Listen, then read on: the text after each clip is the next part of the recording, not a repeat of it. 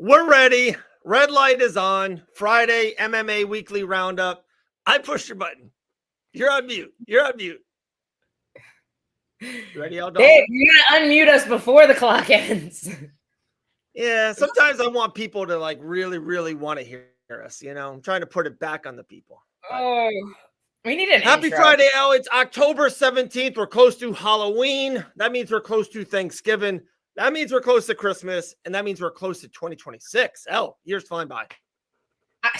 I don't know about any of those things you just listed, but I heard that we're close to a full Fight Bananas fight week. Can't wait. I'm trying to call Ben Davis out so I get a fight against Ben so we can, all four of us, me, you, Grant, and G, get 4 wins in an 8-day period. So I'm trying for. Let's go. I'll smash that little peewee, okay? Smash him. He's so small and delicate. All right, I'll stop. Guys, we do this now every Friday. I love it. It's my favorite thing. It's we call it MMA Weekly Roundup. A lot of stuff. For one, we'll get right into the UFC Vancouver weigh-ins. Elle and I were just watching it. Brendan Allen looked ginormous, looked good. RDR looks like he should be a heavyweight. Kevin Holland can make welterweight as he just, I don't, why does he fight at middleweight? I don't know why that guy does. He could be a lightweight. He fights so he could be more active. Like I honestly, his style too, I feel like especially at 85, if he fights a really good, like we saw it when he fought Derek Brunson, if he fights like a big dude who can wrestle, it's going to be difficult because I do think he's smaller. But his fight style, like he's long, he's elusive, he's tricky. I think he can kind of float between the two and still have some success at both. Sounds good. Well, I'm going to do something right away. Elle Dawson, who would be the show stealer of UFC Vancouver? Who's someone that we're not talking about? Who's someone on the card that Monday morning and Tuesday when we do our live show for multiple hours can steal UFC Vancouver? See, guys, I never know what's happening. So now I got to pull up the card. I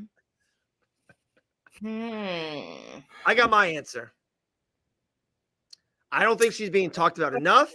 She's an underdog in her home country. I think Jazz can make a statement Saturday night. I'm gonna say that Azamat is gonna steal the show. I think people are super excited about this guy, this kickboxer, because he looks like Mr. Fantastic. He's just massive. Yeah. And I just think Azamat is gonna make this look easy. I like that. Also in the featured fight, can you throw me the name? Who's fighting Chito Vera? Ariel Helwani. Ayman Zahabi. I think that's another one too, because Chito Vera's a ginormous name. Zahabi's look good. That fight against Jose Aldo was fun. I think if he gets another fun win, like that's like a 6-fight win streak, I believe. If he wins this one, like he's up there. No, he's definitely on a roll lately. Let's see. 1, 2, 3. Oh, I forgot he beat him. 4, 5. Did I nail that? 6. Yeah, so he's already on a 6-fight win streak. Okay, already. So this would be 7. Yeah. And Chito Vera is he's a bigger name for sure.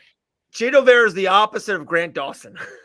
Like ginormous name, 2025 type of level of fighter. Grant Dawson, one of the best fighters on the planet.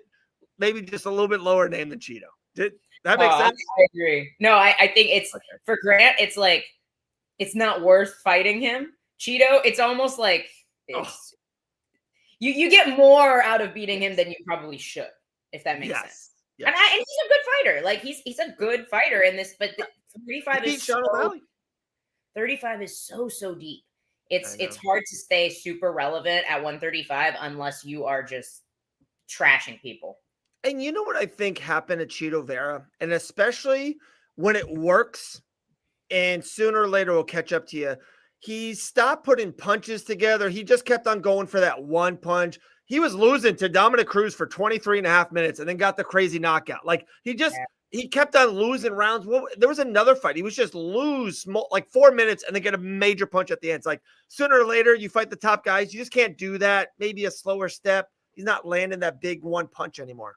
I agree. And honestly, this is like, I bet against Chito Vera almost every time. And sometimes I am wrong. But I can't bet on the guy who I feel like has to have that moment to win the fight. Right. You know? At heavyweight, you can. Yes. Bantam, featherweight, flyweight, not really. I want the more skillful fighter. Vitor Petrino proved that. You can be losing all the momentum in the fight and turn it around with one shot. It's really difficult, especially at 35. I want Vitor versus Walter Walker right now. Sign me up. Sign me up. Listen, they've got like 3 or 4 heavyweights coming up right now that I'm excited about.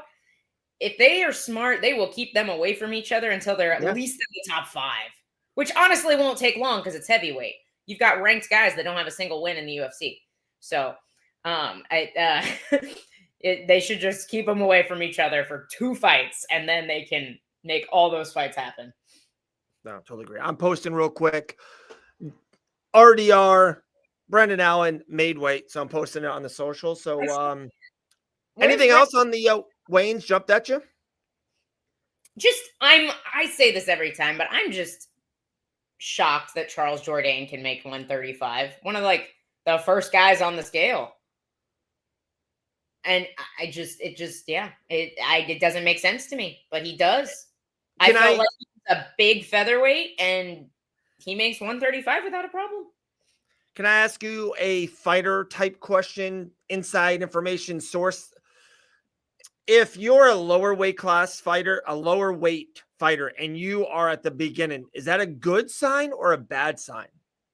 What? I have no idea what you're asking me. What? Because I always heard, and then just let me know if I'm wrong. Like, yeah, if you're if you're a bantamweight fighter, usually you want to make weight at the very end because you're big Thursday, big for. No. Okay. I mean, like Grant's a huge lightweight. He's still, when he has a good cut, he has a good cut, and he's early on the scale. Like, okay. I think if you're early on the scale, it just means you had a good cut. It doesn't mean you're small. Okay. It definitely doesn't mean you're small. No, it just means but that's good information. So if you're early, usually that means you had a good cut. To me, a good cut is a good thing, can set you up for a good performance. Am I wrong? I think there's kind of 2 sides to this coin. So you'll see 2 different kinds of fighters that are on the scale super early in the morning. Ones that had really good cuts where everything went super smooth, everything lined up with the timing. They got there they were like, all right, perfect. I can weigh in right now, start rehydrating right away. And then you will see, I think, a handful of fighters who did make weight, but had some hellacious cuts. And so they're like, I need to weigh in right now so I can start my rehydration process because I'm dying. Right. But I think more often than not, the fighters that are killing themselves to make the weight, they're probably going to use as much time as they can. Okay. I like that. It's like the heavyweights. The heavyweights rolling it like whenever they want. Like you'll see heavyweights that are like, yeah, I'll just weigh in first and be done with it because I don't have to cut any weight. Or you'll see heavyweights that make the whole staff stay there until the end of weigh-ins because they didn't want to wake up early. I'm not even. I've seen that. I've seen them eating breakfast, a big meal. Like it's. I've been. You know that we've been down there whenever I feel like it, and they're like the last ones to weigh in. It's the worst. That's the worst. But God dang it, I love it. I cannot wait. What are we? We're 8 days away from Gone Aspinall, and I was just watching a show, and it's so true. If Cyril Gane loses this fight, everyone's like, oh, back and forth. If he wins, I think they'll do a rematch. I really do. Probably pretty quickly. If Gane loses, if you're the UFC, how can you he's done. He's fought 3 different guys for the world championship, lost them all. Even one of the top contenders, an older vet like Volkov, lost, won, but lost. Like I hate to say, do we just let him go? Move on? I mean, that there's no reason to cut him. Just use him to build more the guys that are going to come up in a year and a half, 2 years, because I don't think he's enough of a problem to be like Max Holloway almost kept people from the title for a minute. Yeah. And so it's like, I feel like Gon isn't really in that position. Like, I think when Petrino is ready for a number one contender spot, or they need a big win to push Petrino into a title fight, or they need a big win to push Walker into a title fight, I think Gon's the perfect guy to set them up for a big win. I think he's like, you already have an underpopulated weight class. Why get rid of a guy that's not dangerous enough to really get rid of your like really good contenders that are worth giving a title shot to, when you can use him to build them? Yeah, no, I dig that. And, let's just be honest. Maybe it's Gon fighting in Brazil, against a Vitor in 18 months. Maybe it's Gable Stevenson in 3 years in Minnesota on a fight night. You put him in bad scenarios and try to build the other. I hate that. Like, but that is what happens when you've kind of wore out your chance at a title shot, but you're still winning. But you can still win fights. You know? Can still win fights, and they put you up. It's an opportunity. But I will say, I'm so happy you said that, because people would have taken that the wrong way. Guys, the UFC, I'm not saying gifted, but this man, they gave him 3 opportunities to win the world championship against 3 different men. And a lot of people are like, like if this fight was Derek Lewis versus Aspinall, I'm telling you, I really do think more people would be excited for it than Cyril Gane. Yeah. And obviously that fight doesn't make any sense. Lewis is in a position to fight for a title, but it's like, I'm with you. I'm just not, I don't think I've ever been super excited. Maybe when Jones came back and it was like, oh, Cyril Gane's going to fight Jones. And we didn't really know. Like, we didn't know yet. That was a little bit exciting, but the second I saw that fight happen, I've never been excited about Cyril Gane since. I hate to say it. Sean O'Malley lost to Merab Dvalishvili twice. The first time went to 5 rounds, second time, 3rd round TKO. But even in that loss, he's fighting. He's working on stuff. You can see him scramble and sacrifice. He's even throwing some punches. Sandhagen's a perfect example. Lost to Merab. Got dominated. But you see Corey Sandhagen fighting for his life. What Cyril Gane did to John Jones was like, dude, I'm never believing you again. I'm sorry. I'm done. Like, I'm just that type of person. If you don't believe in yourself, if you're not going to fight for yourself, I'm not going to fight for you. I'm not going to fight to watch you. So he doesn't get my money, Elle. He doesn't get it. And I'm like, even the fights he's winning, like the Volkov fight, which I agree with you. Like, I thought he lost. He did. Listen, I like Alexander Volkov. He's a very likable guy. I don't get super excited when he fights either. Like, it's heavyweight is just, it's been,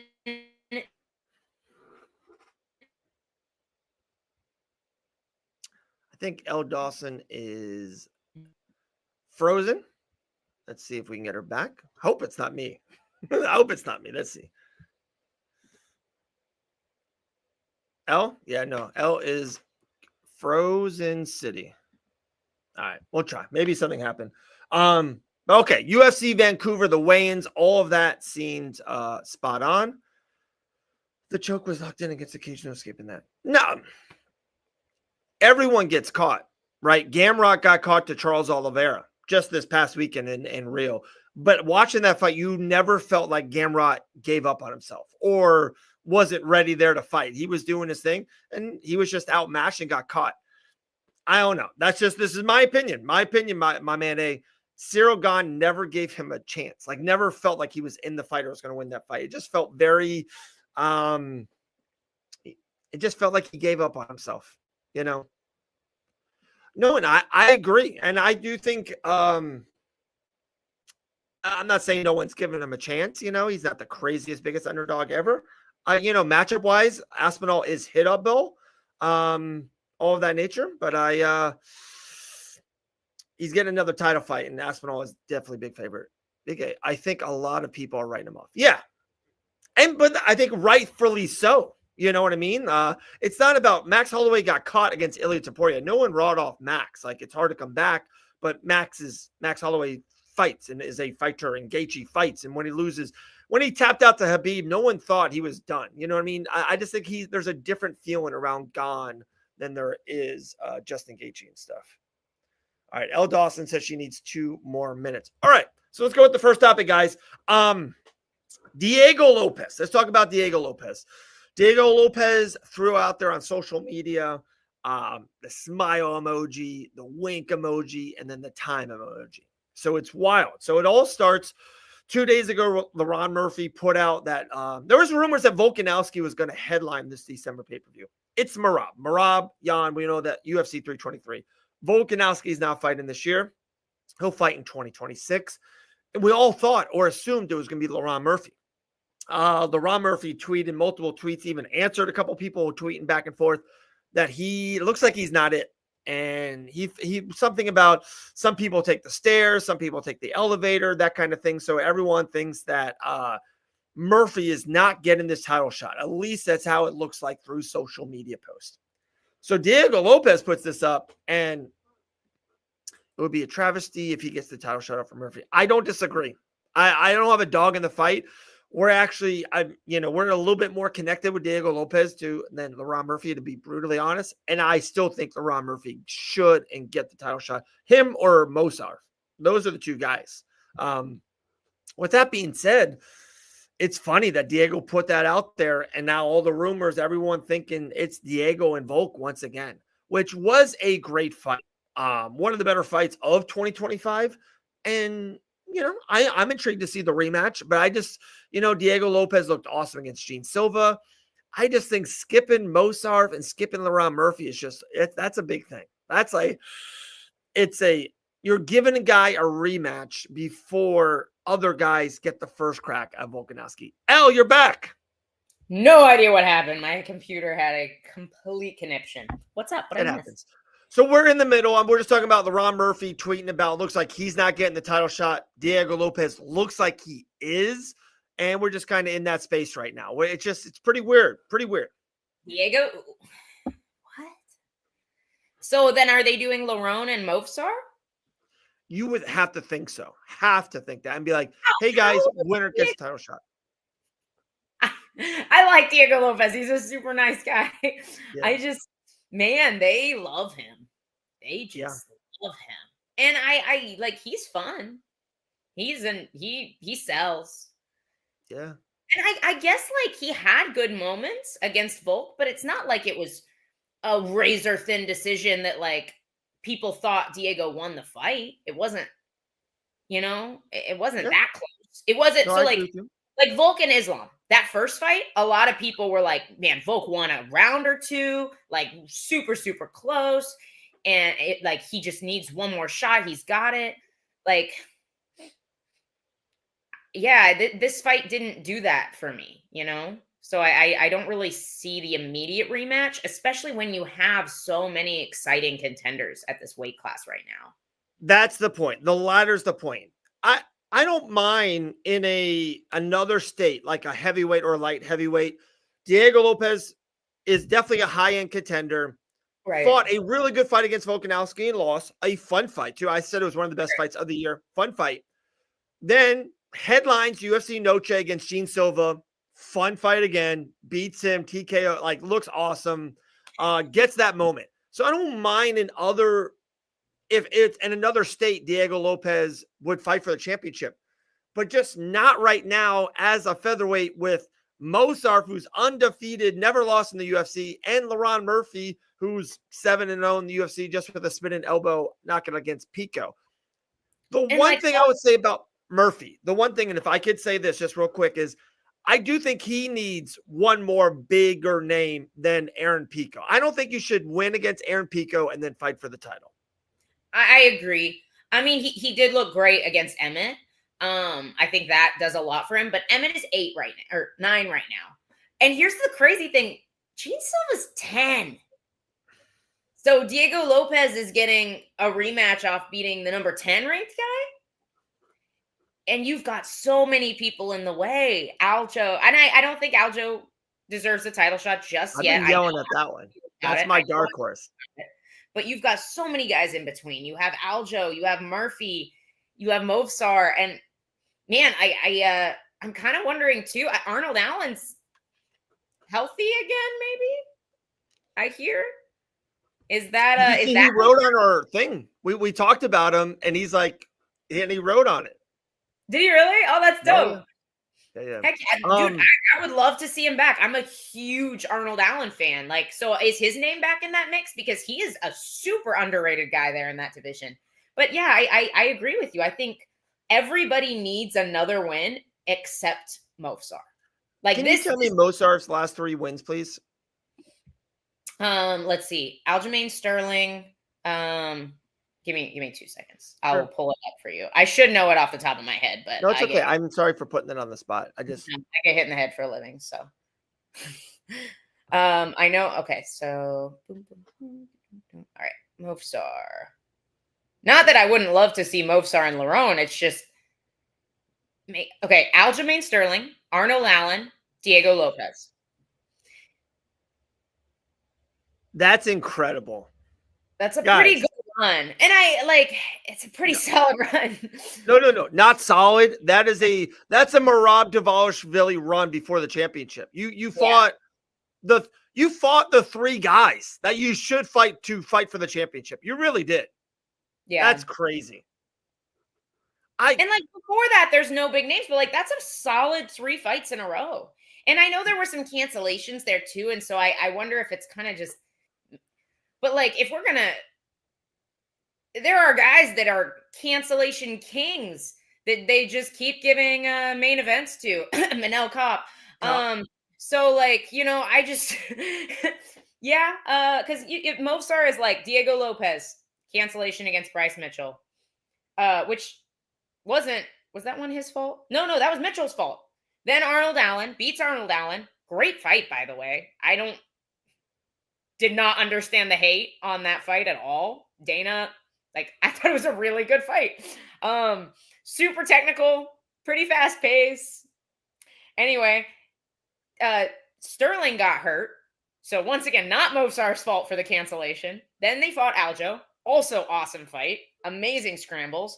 And then it was his fault. He had to pull out against Aaron Pico. But honestly, not too bad of a couple years there. It's unbelievable. But I will say this, and Elle, you know this, and I know this, and I'm just going to say this out loud. And if some people will understand it, some people won't, and it is what it is. It's these guys, these are real people. That they're not just UFC trading cards that I have a box over here that we could open up and have fun. It's not about stats. These are people that they are dealing with Hunter Campbell and Mick Maynard and Dana White and Sean Shelby, and they're dealing with them to get the fights and the cancellations. You never know. And I'm just saying, and I don't want to talk out of turn because I don't know either, but they could be like, hey, Charles, I'm sorry, but Rafael Fiziev fell out, man. I'm sorry. We're going to get you the toughest guy on short notice, Gamrot. And Charles is like, all right, I'm here in Rio. I want to headline it. Let's do it. And those guys, the next fight, get the benefit of the doubt. And I think Diego Lopes right now is like, Dana, whatever you want, brother, I'm in. Where? Tell me where. I'll go here. Hey, how about he sells? Yeah. And that's it. And I think maybe Mozart, maybe once or twice, when you just said it wasn't his fault, Aljo fell out. Maybe they called him and be like, hey, man, LeRon Murphy's a tough England guy. We want to get him on this card. We think you guys are a great number 1 contender fight. What do you think? I'm just saying, maybe he's like, no, I trained for Aljo. I'm not doing that fight. And maybe the UFC's like, I don't want to deal with this. So I've never explicitly asked Mofsar this, but the way he sounds when he does talk about it, it does not sound like that's what's going on. I think it's the other side of it where nobody wants to fight Mofsar on short notice. Correct. Because he's not this popular superstar. He is world class and he is famous, but he doesn't if you beat Diego Lopes, skyrocket. If you beat Charles Oliveira, skyrocket. I don't know that beating Mofsar, it should do that for you. The dude's 19 and 0. It should do that for you, but does it? I don't know. And so maybe nobody wants to take that risk on short notice. And so he hasn't been able to be as active, and he's had some knee injuries, So it's I'm not sure. I'm not sure what goes on behind the. I know he had to pull out of the first Bryce Mitchell fight. So it's I know he has had some pullouts of his own. So maybe, yeah, Maybe the UFC is just like, hey, you're not as reliable, Right. And Diego Lopez, if nothing else, is reliable. He will show up and he will put on a show. Exactly. And also, didn't we see in Brazil, I think it was Almeida, and I'm sorry if I got it wrong. You could tell the guy fought going into a fight with a broken hand. It went everywhere. It went viral, right? Like, sometimes, and the UFC will never say this out loud because they're a billion-dollar company, corporation, all that stuff. And it's but you get brownie points. I don't know how else to say it. It's like, hey, we know you're banged up. We know this isn't the best for you, but if you're going to do one for us, we're going to do one. There's just something to it. Poirier was kind of that guy. You get brownie points unless you tell everybody on national TV that you had a staph infection on your butt. Do you remember that? No. There was some female fighter. I can't remember who it was. And Dana was like, why would you say that on the mic? That's gross. It was super gross. The UFC used the title implications narrative for the Murphy Pico promo, and Volk called him out afterwards. I don't know why they just said he. No, I'm not. I don't disagree. I would not be upset if Lerone Murphy or Movsar got this fight. I think Movsar deserves it more. I do not think Diego Lopez should be getting another title shot, and I do not think Yair Rodriguez is anywhere near deserving of another title shot. He needs 3 more wins in my book. Yeah, against actual top guys in that division. I don't understand why we're not doing Diego Lopez and Yair Rodriguez. They have huge beef. It would be a super flashy, super fun fight. Like, you really want to get one of them a title shot, do that. Like, that's the fight I want to see. And maybe that is it. Maybe, maybe Diego Lopez put that out there because he has a fight with Yair, not for the championship. And honestly, maybe Movsar does have the fight. He's not the craziest social media guy. He hasn't said nothing. There's nothing of him on social right now. So, maybe we're just talking about it and they got it all right after all. All right. So that's the featherweight division. Real quick, we're not the biggest boxing show in the world. The Little Boxing Bananas under the Fight Bananas brand. But yesterday, I don't know if you saw, Elle, in Miami, Jake Paul and Tank is the headline in a month. Underneath it, the trilogy fight between Anderson Silva and Chris Weidman got announced on that card. So you didn't see it. All right. I want to see that about as much as I wanted to see Anderson Silva and Chael Sonnen fight again. I love these guys. They're legends. I don't want to see them fight anymore. Man, nobody tuned in for that. Also, the fight that they did, was it him and Chael months ago? Well, I didn't even know it happened. There was no press whatsoever. I think it's very clear people do not want to see this. No. Friend. If no one wanted to see it, Jake Paul and that, millionaire machine of promotion wouldn't get him on the card. I know for a fact. Cards have not been getting the viewership that they're predicting. They haven't been. That's what I keep hearing. I keep hearing they haven't been doing as well as they want to.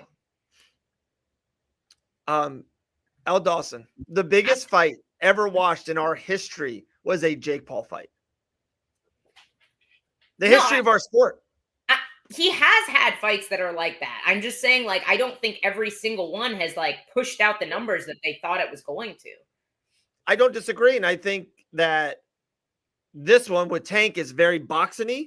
And I think he does like some of that MMA space. And I think that's why they got Anderson and Weidman.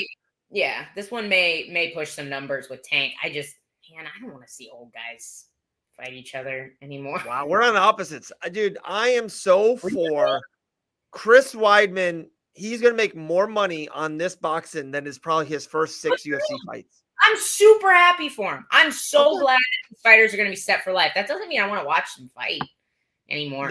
That's fine, but that's two different lines. There are also old guys out there that are still fighting because they have to. It was a Bigfoot Silva that kept getting knocked out, gets knocked out over and over and over again. And people just let him keep fighting. Remember his daughter was at ATT for a while. Yeah.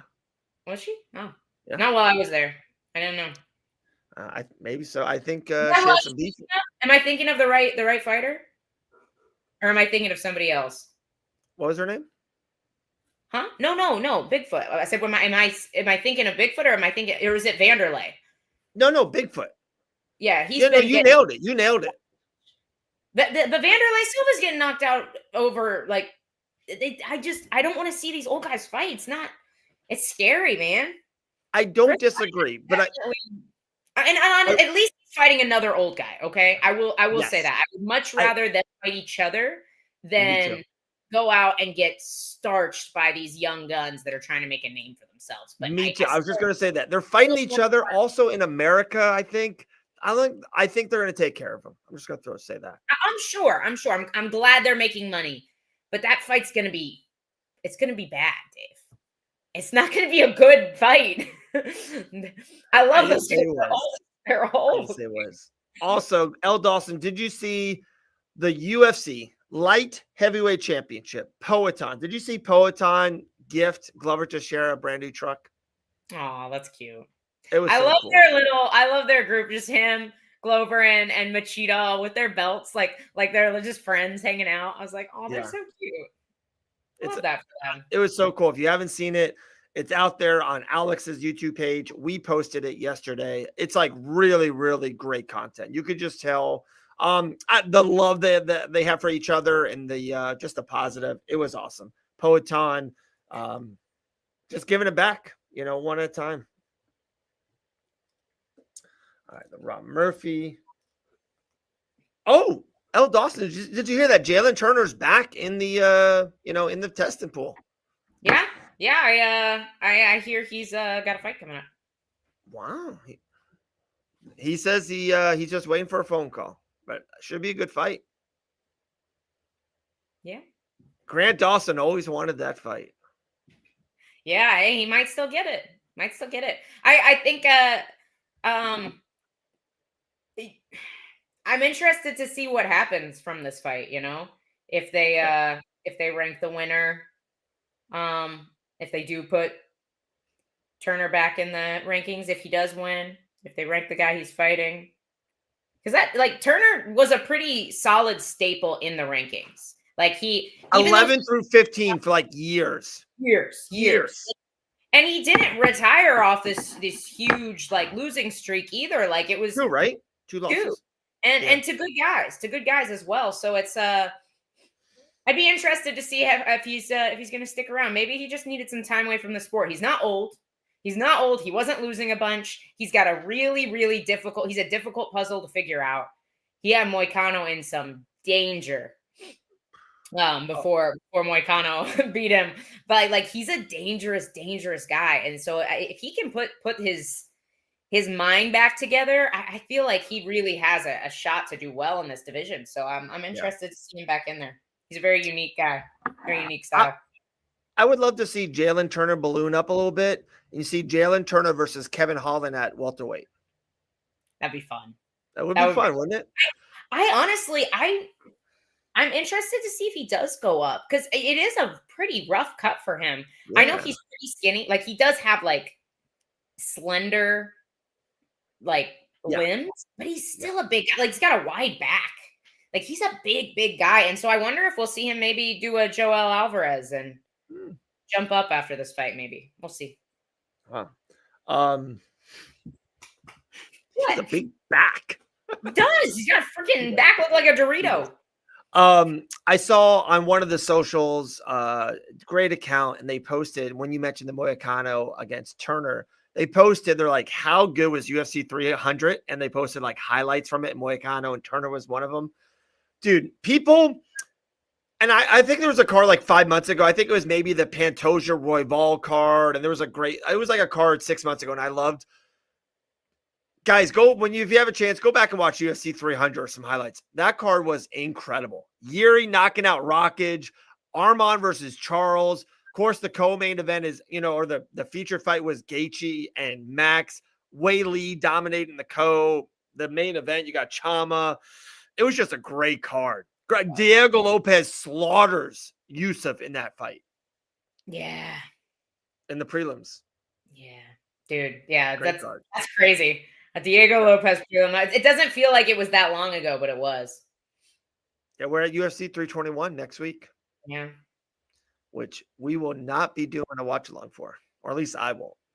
We will not be paying $90 for it. We are not paying $90 for UFC. They, like the UFC, it's like this. They could have like taken some from UFC 323, I feel like, and put it on this pay-per-view. So just spread it out. But they were like, nah, 321, we're gonna tank, and then 323, last pay-per-view of the year is just gonna be a banger.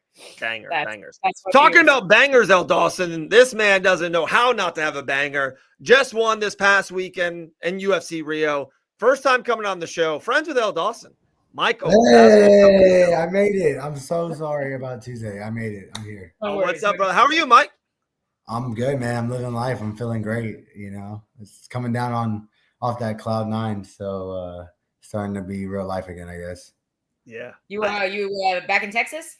Yeah, I got back. So we got back Monday morning at like 5:30 a.m. So we left Sunday at 9, and then we got in Houston at 5:30. Yeah, brutal. It was brutal. I didn't sleep the whole flight. It was a long 10 hours. I kept looking at the clock and it said, all right, 9 more hours, 8 more hours. So I was like, oh my God, this is brutal. That's the worst. Mike, can you talk about, I always hear all the time, even on wins, the biggest wins, you're in the octagon, you got the speech, first UFC, all that stuff. I always hear there is a little bit of a minor, I don't want to use the depression because depression's a heavy word nowadays.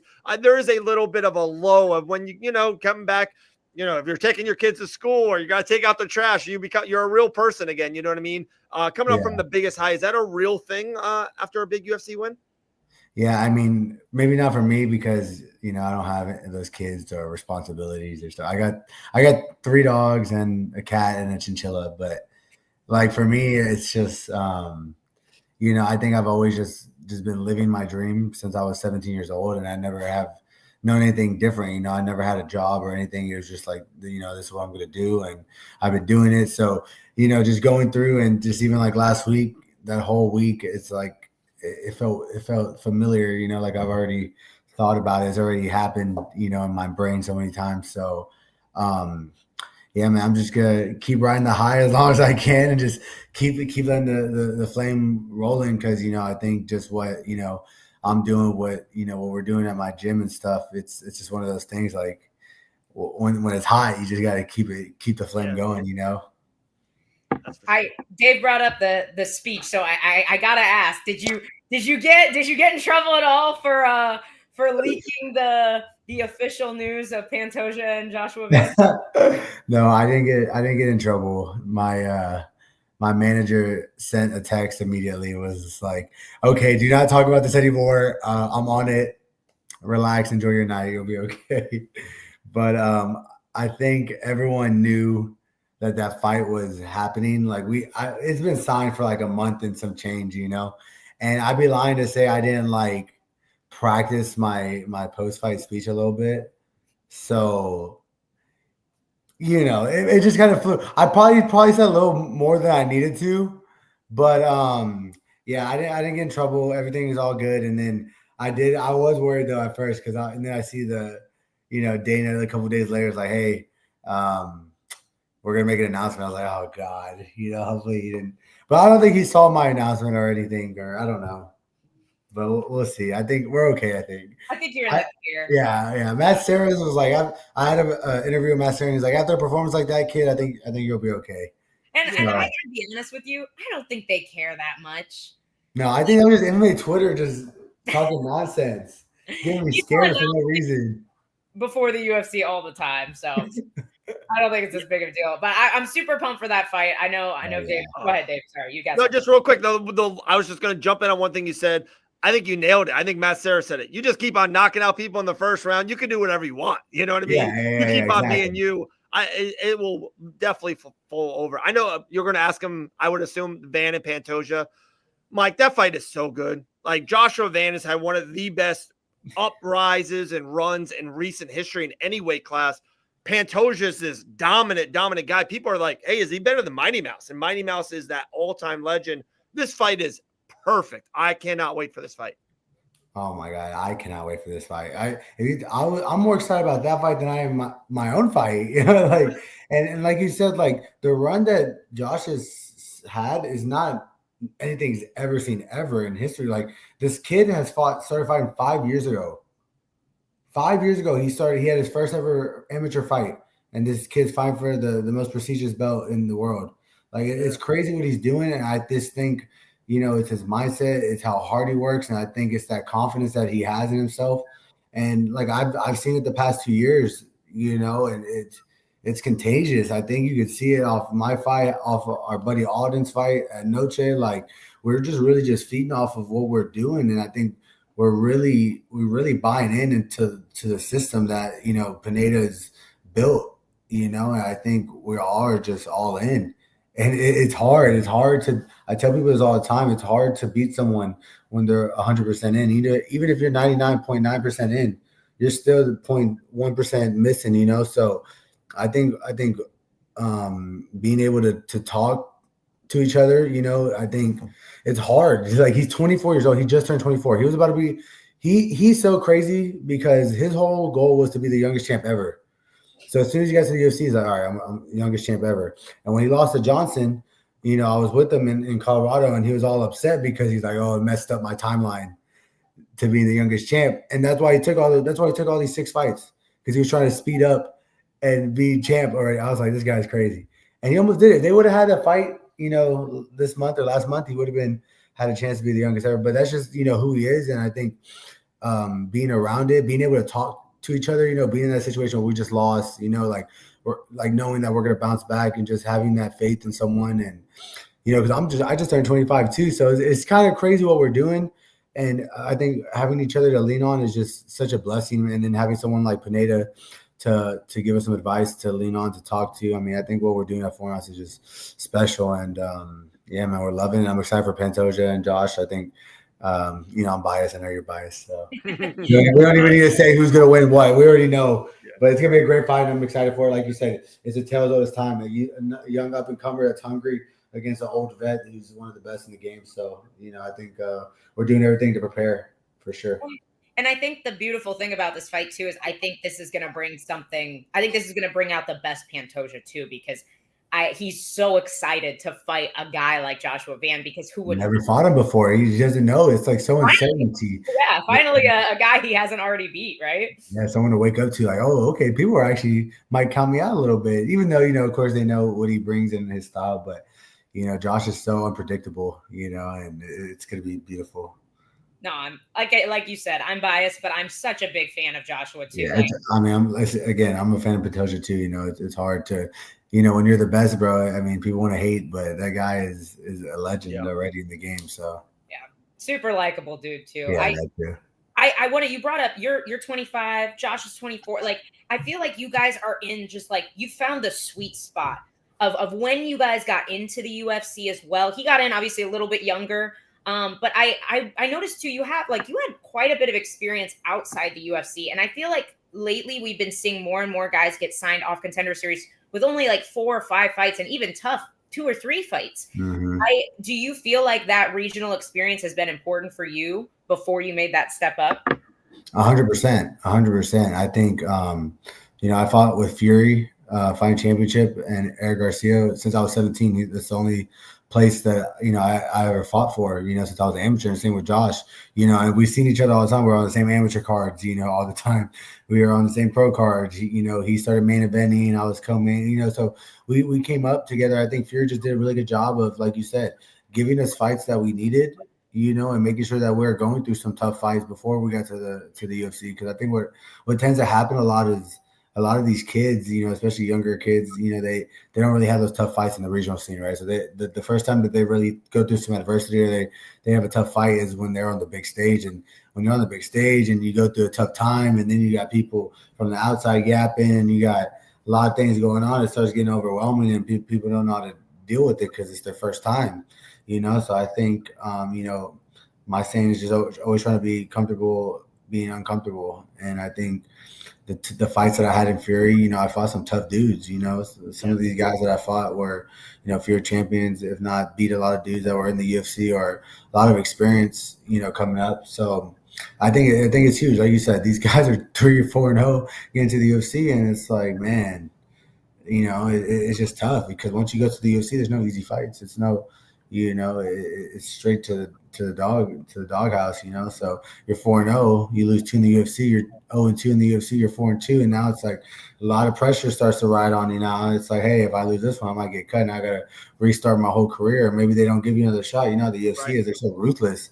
They're so hard. It used to be. They say, oh, it's easy to get in and it's hard to stay. Now it's hard as shit to get in and it's hard as shit to stay. So it's like, God damn, so I'm blessed to be able to get in like I did, even though I had a crazy contender fight. Dana said, kid, you're next. I still waited almost a year to get in. So, I was blessed to be able to be in the position to, when they called me, I was ready and to get in, making sure I put on a fight, and then doing what I did, last week, I think kind of just solidified my spot at 45 and maybe say, okay, we see some potential in this kid.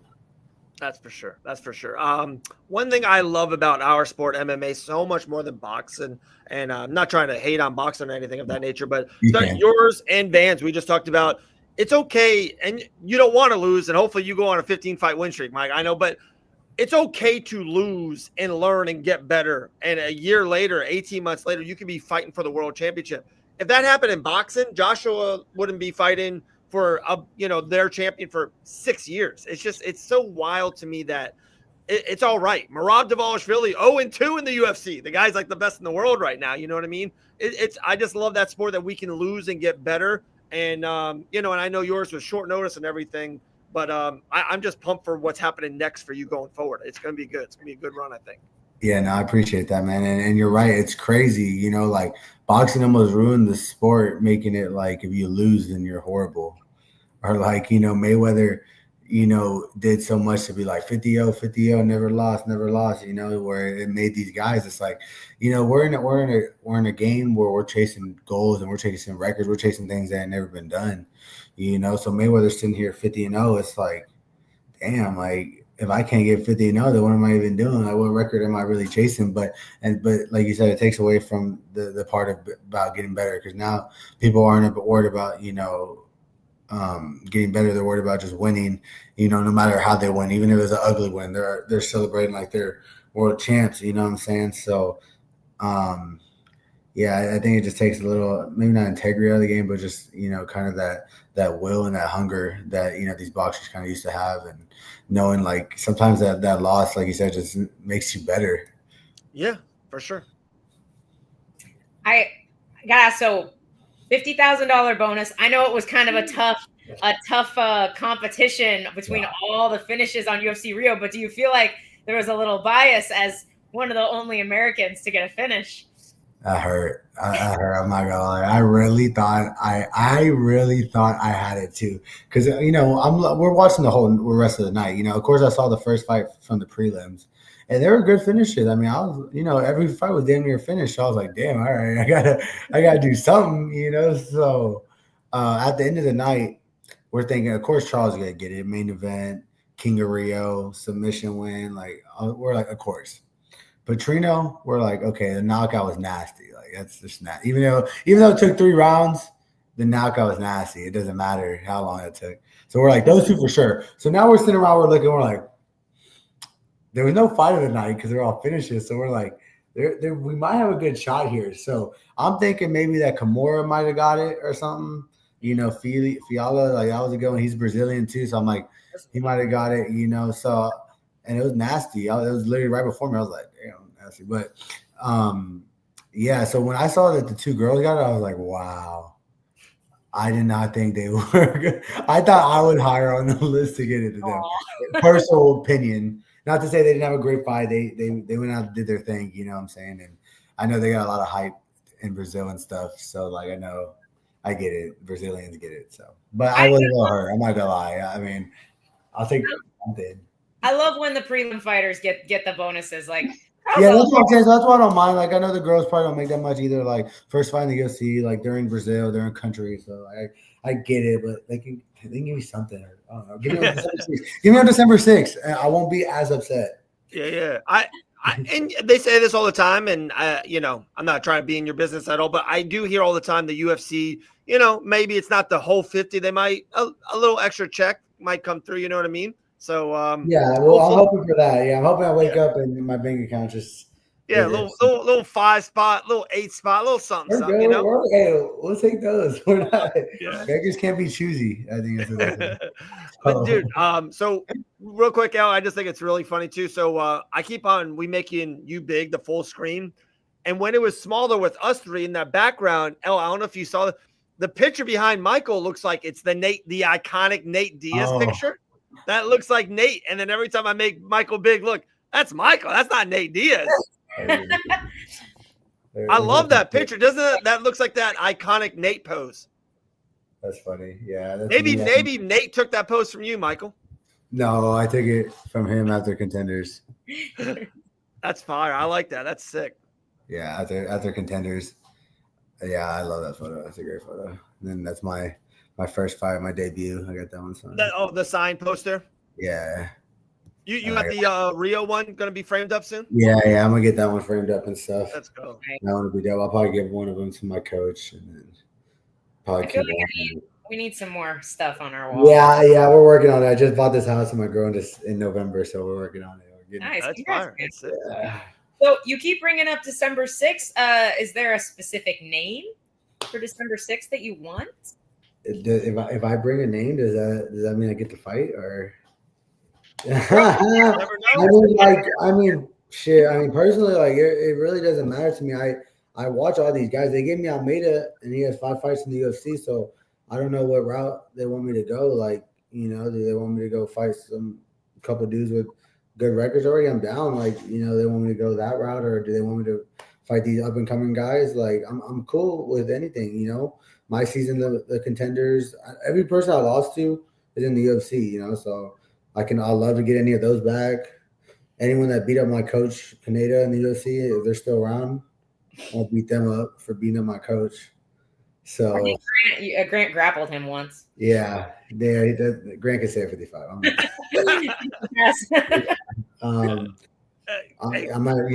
can be a middleweight more than a featherweight. Who else beat up Pineda is freaking Mike Brown. So I guess I'm gonna have to fight any of Mike Brown's proteges out there. Because Mike Brown beat up Pineda. He's got any fighters coming up? But Nathaniel Wood, I know he just beat up my coach. Oh, that's fun. He's fighting Delgado, an up and coming guy. Yeah. So I got my eyes set on that fight for sure. I know that's coming up in November. I think it's on pay-per-view. Is that on the Abu Dhabi card? I believe so. It might be on the Abu Dhabi card. So I'm definitely looking at that fight. Our boy Onama and Garcia. I'm definitely looking at that fight. It's a great fight. Like I said, I don't know what route they want me to go. I feel like I could fight any of those guys. Like I feel like I can hang with those dudes, if not beat them. So I don't know if they want me to fight those guys. They want me to fight some guys like my Contenders or 1-0 UFC dudes. So it don't matter to me. I just want to fight with Josh. I think that would be legendary. And if they can't fight, let me fight with Josh. Then I just need tickets, please.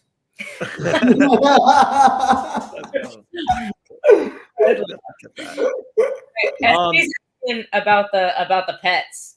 Said, are those hamsters? No, it's a chinchilla. Is this your chinchilla? I don't think I've ever seen a chinchilla. Chi-Chi, come here. She's in her bed right now. She's chilling. They're nocturnal, right? She likes pets. They're so cute. Ooh. Is she nocturnal? Does she sleep during the day mostly? Oh, yeah. There she goes. Oh, hey. Okay, don't get out. She runs on her wheel. See, she just goes and runs on her wheel. Usually it's dogs in the background. Yeah. Usually there's. I got 3 dogs downstairs, and then I got my cat running around somewhere. She's just always staring at the chinchilla. She's about to she wants to kill it. Yeah. You got the makings of a small zoo. Soon you'll be. I know. I'm buying a farm. I'm already working on buying a farm. Yeah. You'll be in Taylor Harrison territory soon. I know. Me and my girlfriend rescue dogs off the streets all the time. We just had we rescued a mom cat and 5 kittens. Got them all saved. We kept one. RIP, the mom passed away before my debut, but we ended up rescuing 3 more dogs. two, like a blonde, a black, and a brown one, and then we gave two away. I had to keep one. I'm such a freaking softie. I was like, I gotta keep one. But so we're probably gonna end up opening like an animal shelter or something of that sort, or something along those lines. So my girlfriend can quit her job and do something she wants to do. That's awesome. Yeah. So we're working on it. We love animals anyways, and I think they're so, especially where I'm, we're kind of in the hood, so like there's just dogs running around everywhere. They're all, not taken care of, and the worst thing is like they're all on the street, just keep knocking up, and it's just like overpopulation. It's just sad, that we can't take care of them. So, and they just find my girlfriend. I don't know what it is. They know that she's the one that's gonna freaking take care of them and actually stop and help them. And they're talking at night. They're trying to. What am I gonna do? I can't be the bad guy. Like, hey, okay, all right. Like, what do I need? What do I need to get? Like, I don't even argue anymore. I'm just like, just tell me what I need, because I know we're gonna end up saving and rescuing it anyways. So that happened to us the other day. I was driving out of my neighborhood like a few weeks ago, and there's a little pocket pitty running around, and now she lives with us. Yeah. And now we have 3 dogs. Yeah, we're suckers. Yeah, there's nothing we can do. God. I have no dogs at the house. I got 4 kids, man. That's what I got a lot. Yeah. Well, I'll take my dogs.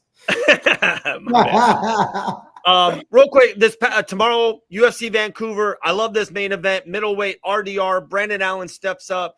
Could be maybe a number 1 contender spot. I would love your take on this good fight coming up tomorrow night. Bro, I think it's actually a really, really good fight. It's very interesting.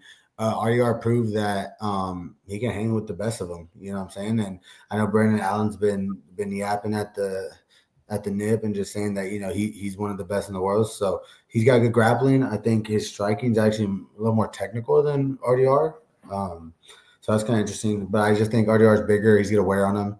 I think his weight. I know Allen's coming on short notice and stuff too. So I think RDR is just gonna end up wearing on him and just being a little too tough for him at the end. But I think Allen will show some good stuff in the first couple rounds. I like it. Yeah. I think Elle, you're pretty spot on with that one, right? I'm kind of on board, especially with it being 5 rounds short notice. Yeah.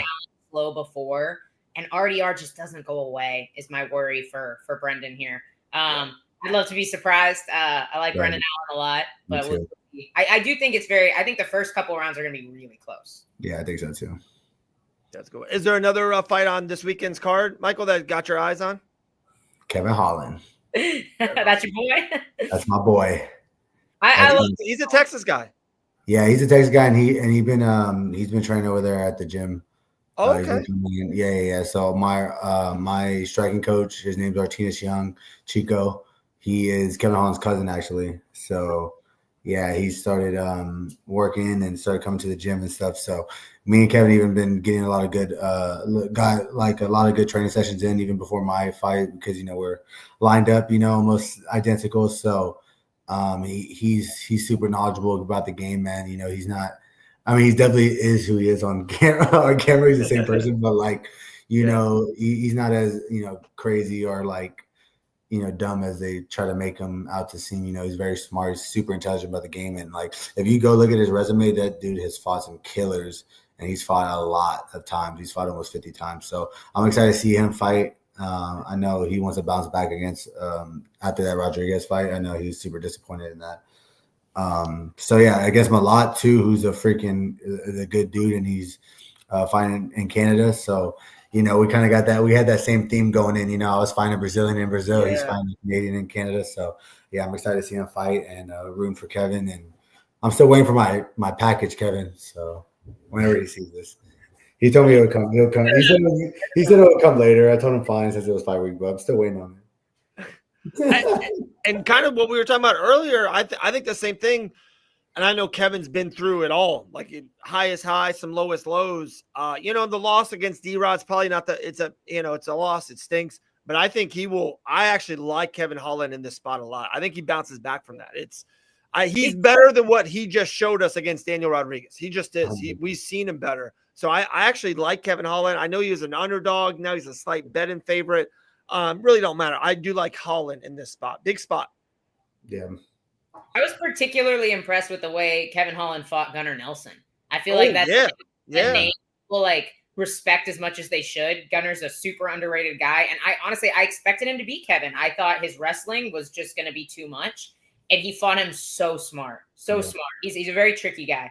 He is. And I think even with the Rodriguez fight, like as bad as the loss was, I think at least me personally, saw something I've never really seen from Kevin, especially like, actually getting to like train with him. I saw him, have some heart and grit, and I kind of just like give up almost, like, like the Hamzat fight, the Chimaev fight, you can almost tell like he was just like, whatever, like Chimaev's gonna do this to me. But like the Rodriguez fight, he was hurt and he still fought back and battled and even came back in the third and won. So I felt like I saw a lot of heart from Kevin that I haven't seen in a couple of years. So almost like a fire was kind of reflamed or something, So yeah, I'm excited to see him fight this weekend.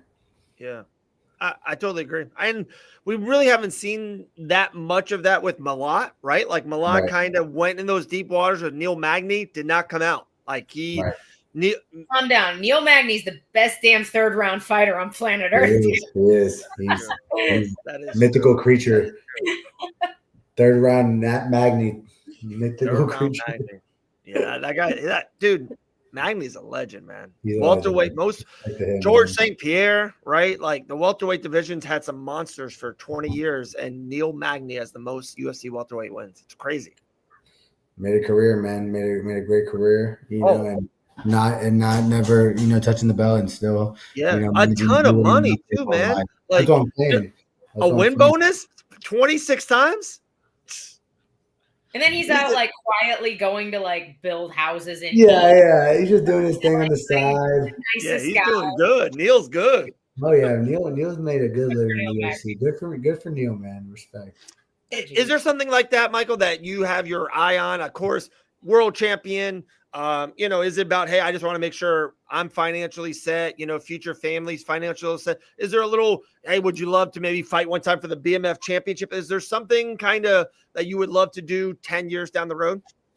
Yeah, man. I mean, I'd be lying to say I didn't, I didn't want to be a champ. Like that's the goal in this thing. When I start this thing, when I was 16, 17 years old, that's what I said I set out to be.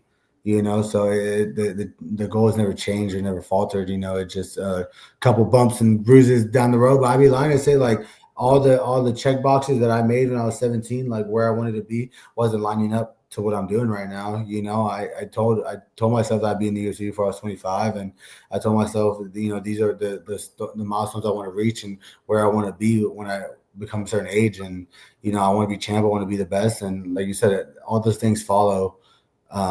I think we get stuck sometimes, wanting to do this for the money or wanting to do this for the fame and the publicity and stuff. And then, once you start reaching for things that, just don't satisfy you as much as, like intangibles and like working so hard that, you put yourself into a position to be close to reaching the goals that you always set for yourself is just more fulfilling, I think. So, my goal is kind of, I maybe I'm delirious or crazy or whatever, but I just want to just keep chasing what I set out when I was 16, 17. So we're doing good so far, and whatever happens. If I fought for the BMF belt, that'd be awesome. That'd be a super dope opportunity. I'm not gonna say like I don't want to do that, So I think I just gotta keep riding the wave that we're on. Just keep working hard and try to stay humble and just do the best I can every day and just try to be better, than I was the day before. And I think everything else is going to kind of figure itself out and follow suit.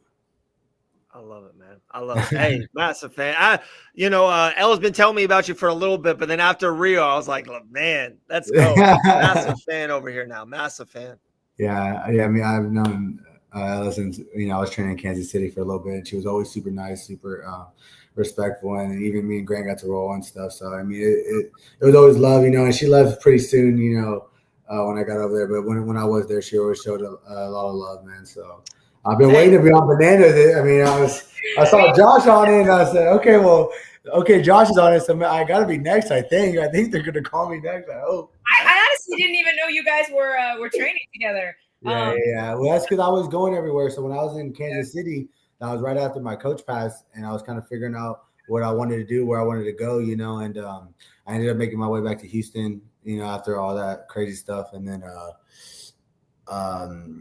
was kind of trying to find my footing in Houston, and Josh is always texting me like, brother, you have a place here if you want to train here. Like, come.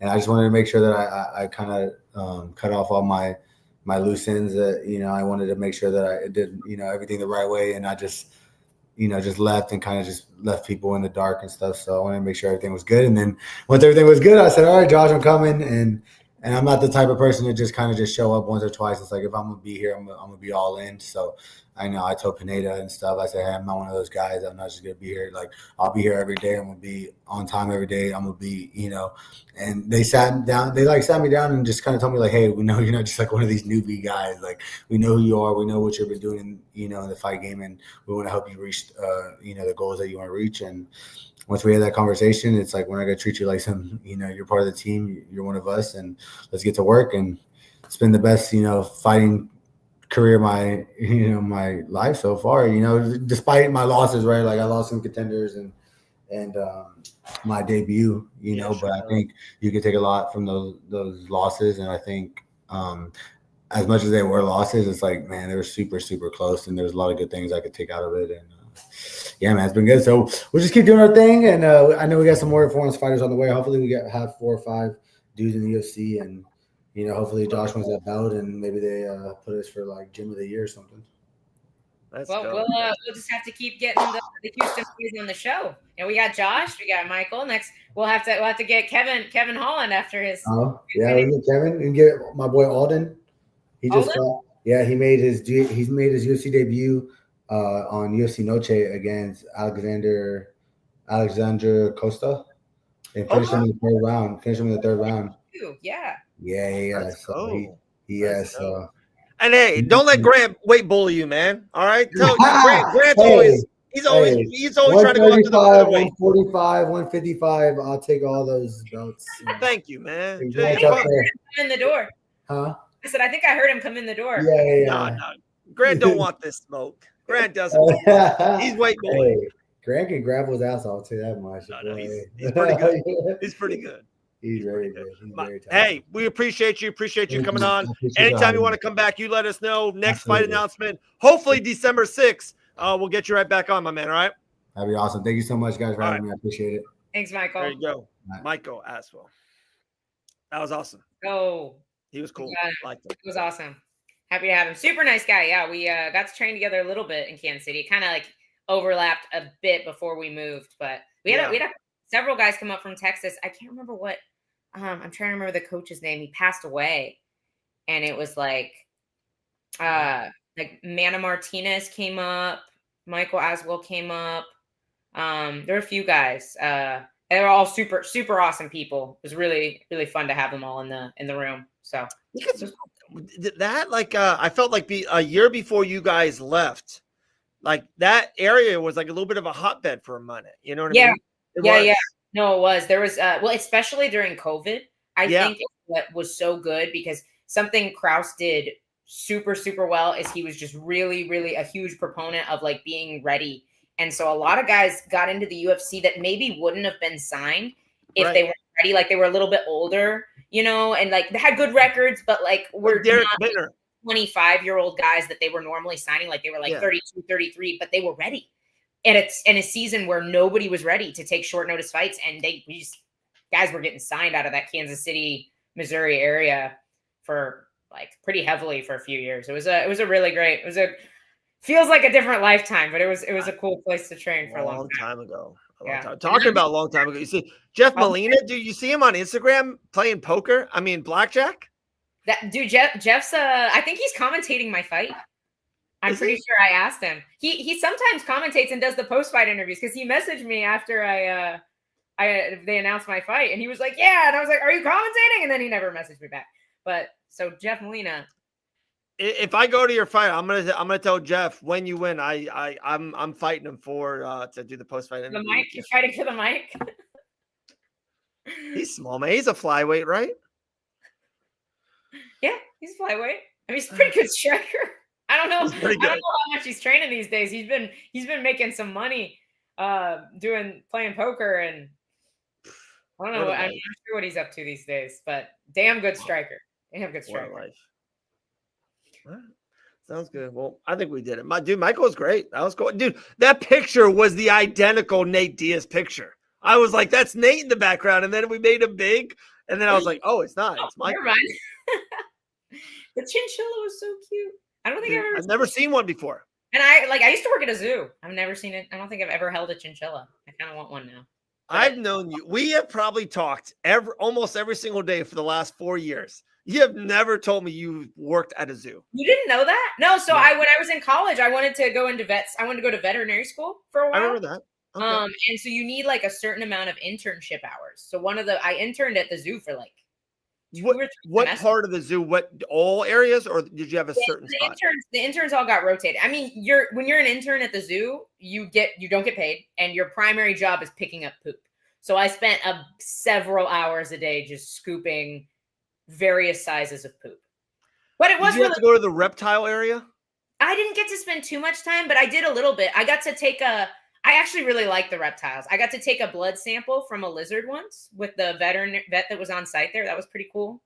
It was very hard. You saw a snake? Oh, I held tons of snakes. Fed them the mice and the rats and stuff. I had a really short rotation in the reptile house. I spent a lot of time with like the African animals, the giraffes. Lions. I would love to hang out with a giraffe. The monkeys. We had a lot of monkeys. We had lemurs. The lemurs were awesome. That's I've got cool. pictures of me like selfieing with like a lemur. I'll send it to you. Yeah, please. We'll post it on Fight Bananas.